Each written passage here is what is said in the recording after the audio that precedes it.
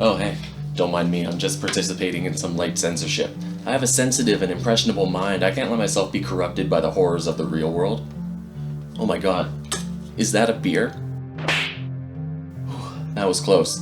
Every American has the right to free speech, and every Canadian has the right to assume the same applies to them without really checking. Those people out there can just come in here and say whatever they want. I can't have one of them coming in here and telling me that Jak and Daxter: The Last Frontier isn't that bad for a PSP game, actually. No, I'm not having it. At least now that I've fully de-obscenified my apartment, I can sit back and relax with a nice wholesome game. Like Grand Theft Auto. It's got an M on the cover, that's gotta stand for Mother Approved. Where's your Russian friend now, huh? It's not my friend, it's my lawn shark! Stop this! What of that? Who are you? Get out of here. What? Yes.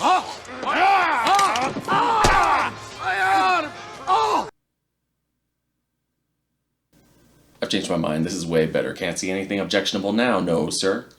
Back in the old days, video games were in a sort of Wild West. While the movie industry had its own ratings board to keep things in line, nothing of the sort existed for the burgeoning video game industry. Which is how we ended up with games like Custer's Revenge on the Atari 2600, with gameplay that mainly consists of Games like this caused a bit of a moral panic, especially since video games were still very new. Shocked parents saw this and thought, my god, is that what all video games are like? Here little Timmy, play with these cigarettes instead. Angry parents lobbied the government to do something to protect their kids from the video games that they bought for them. But before anything could be done, the video game industry self-corrected by f***ing dying. Yeah, lucky for angry parents, the flood of low-quality games did way more to kill the industry than they ever could. They didn't stay dead for long though. Eventually Nintendo rose from the ashes with the release of the NES in the West, and this time they had a plan to make sure another crash didn't happen. The official Nintendo seal of quality was required for all games released on their consoles and signified that a game had passed Nintendo's licensing process. Nintendo of America had some pretty strict content guidelines during this era, which were likely in direct response to parental concerns about the content of video games.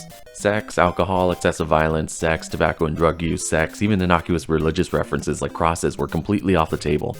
But what about sex? For a while, this satisfied the mob of angry parents, but led to the idea that Nintendo games and video games in general were just for little kids, a reputation that they've struggled to shake off to this day. Can you believe that the company that thought this was too sexy also published Bayonetta 3? Yeah, I can't either. This also drew the ire of a much more powerful mob of angry FTC representatives. In addition to their prudish content guidelines, they also forced publishers to make games exclusively for Nintendo consoles, and limited them to 5 games per year.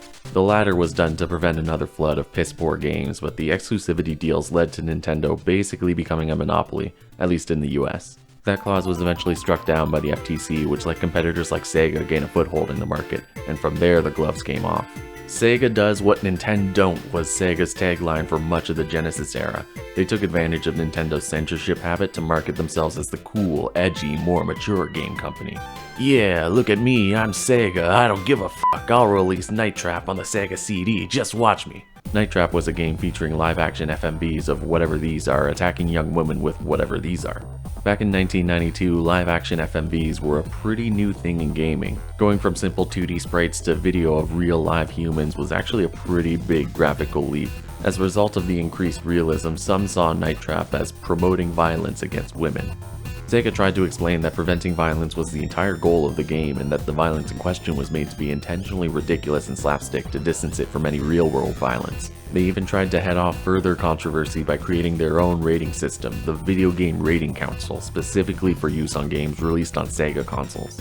But still, Night Trap, along with the home console port of Mortal Kombat, the Genesis version of which famously came with a cheat code to re-enable the blood and gore that was cut from the arcade version, landed the entire video game industry in hot water once again. And since their New Year's resolution was to not fucking die again, there was no avoiding a congressional hearing this time. Nintendo wasted no time punching Sega while they were down, with Howard Lincoln testifying that Night Trap would never appear on a Nintendo console. That son of a bitch lied to us!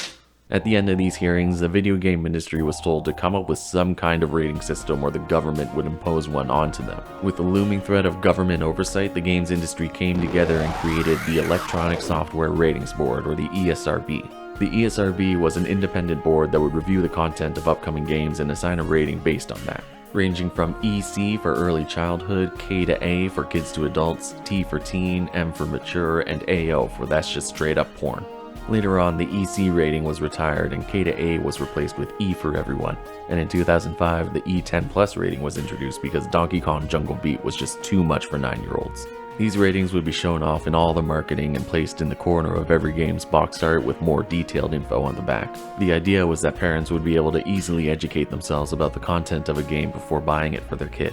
There wasn't any real legal weight behind an ESRB rating. It's not like GameStop would be fined for selling an M-rated game to a 13-year-old. But given the past controversies surrounding violence in games and the threat of more strict government legislation, the games industry readily accepted the ESRB's guidelines. All of the major console manufacturers require an ESRB rating for all games released on their consoles and will refuse certification to any AO-rated game. Similarly, most major retailers would ask for ID when selling an M-rated game and would refuse to stock unrated or AO-rated games because as a society we're not ready to let people get their rocks off at Walmart. AO games could still release on PC since that didn't require any kind of certification process. But since no retailers would stock them, the AO rating basically became a death sentence when it came to commercial viability, especially before the age of digital downloads. Nowadays, even though Steam doesn't outright ban AO games or even require an ESRB rating, they do allow parents to filter out games based on the rating or content description. All of this meant that parents had plenty of opportunity to stay informed about the kind of content their kids were consuming, and their kids had plenty of age-appropriate games to enjoy. Everyone was happy and there was no need to threaten anyone with a lawsuit. Yeah, I love lying. Yeah, a lot of parents just kind of ignored the ESRB ratings and kept buying the Calls of Duty and the Grand Theft Auto for their kids anyway. There was a lingering sentiment from the heyday of Nintendo censorship that all video games are for children, and no matter how many "this game's about killing" and f***ing warnings they put on the box, some people just wouldn't listen.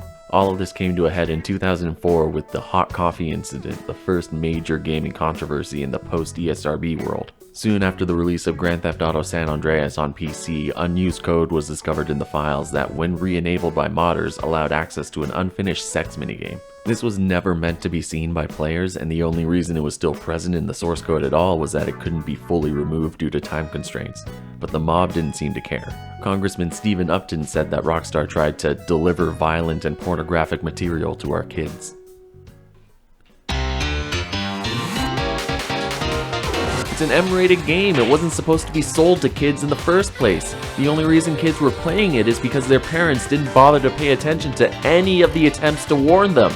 "We demand justice. How dare you show such disgusting content to our kids?" cried the mob. "But it's already an M-rated game," Rockstar responded. "And you're the ones who bought it for your kids in the first place. Why didn't you check the content descriptors to make sure it was appropriate for your kids before you bought it?" they asked. "Fuck you," cried the mob. To be fair, Rockstar's response to the controversy didn't really help. Initially, they denied that they even made the minigame and that it was created by the PC community and they had nothing to do with it. Once a Game Shark code was created to unlock the minigame on the PS2 version, though, it became clear that that was a lie. The ESRB launched an investigation and ended up re-rating San Andreas as AO, resulting in it being pulled from retail shelves. If you have a black label copy of GTA San Andreas, congratulations, you're in possession of contraband. Once Rockstar removed the hot coffee minigame, their M rating was reinstated and they were able to start selling it again. But by this point, several states were trying to pass bills to regulate video games harder. In 2005, California passed a law banning the sale of quote-unquote violent video games to anyone under 18, with fines levied for any violations. This was supposed to go into effect in 2006, but was stopped by a lawsuit over the vague definition of violent video game. The court deemed this law to be a violation of the right to free speech, resulting in a roughly 5-year-long appeals process, ironically led by Arnold Schwarzenegger, who at the time was the governor of California when he wasn't appearing in movies covered in blood. At the end of it though, the Supreme Court upheld the lower court's decision and the people of California could rest easy knowing that they could experience Pac-Man World Rally free of government oversight. Ever since then, the ESRB has actually done a pretty good job. After the hot coffee incident, they really revamped their rating process, switching from a rotating crew of part-time raters to a handful of full-time staff, and they were given the power to issue fines to any publisher that withholds or lies about the content of their game, though they rarely even have to. Most of the time, publishers and developers know exactly what age group they're going for, and they're rarely surprised by a higher than expected rating. The ESRB even has an appeals process for any publisher that disagrees with an age rating, but it's never been used. They all just choose to work with the ESRB to make changes as needed instead. The only other game to ever be re-rated like San Andreas was The Elder Scrolls 4 Oblivion, which was changed from T to M after an inaccessible topless model was discovered hidden in the game files. This time Bethesda simply chose to accept the new age rating rather than pull existing copies from the shelves. A few more congresspeople tried to claim that this was evidence of the ESRB's inefficiency, but the fact is these were two isolated incidents to which the ESRB responded promptly and professionally. Even the government's own FTC has recognized the ESRB as the strongest self-regulatory code in the entertainment sector. Some might look at what they do and call it censorship, but ultimately it's necessary in order to ensure developers have some degree of creative freedom. Some of the greatest games out there, games that I truly consider to be art, have dealt with some pretty mature themes. And if the creators of those games had to hold back, either due to an overly cautious publisher or a censor-happy government that worried that children might see a boob or two, who knows if they would have turned out the way they did. We have a pretty happy medium between total creative freedom and strict government censorship here in North America. Some other countries like Australia and Germany are somewhat notorious for heavily censoring or outright banning games they deem objectionable. Hell, even Nintendo had to go back and forth with Japan's rating board Zero over Smash Bros. For Wii U. They thought Palutena's model was too sexually provocative, and really, how are you going to say Palutena is too sexy in a game that also features Luigi? That hasn't stopped some people from looking for anything to blame video games for, but at least the ESRB managed to shake the target off their back. And hey, speaking of censorship, I'm about to find out what rating Connor's game room got. I've been censoring all day, I hope it's worth it.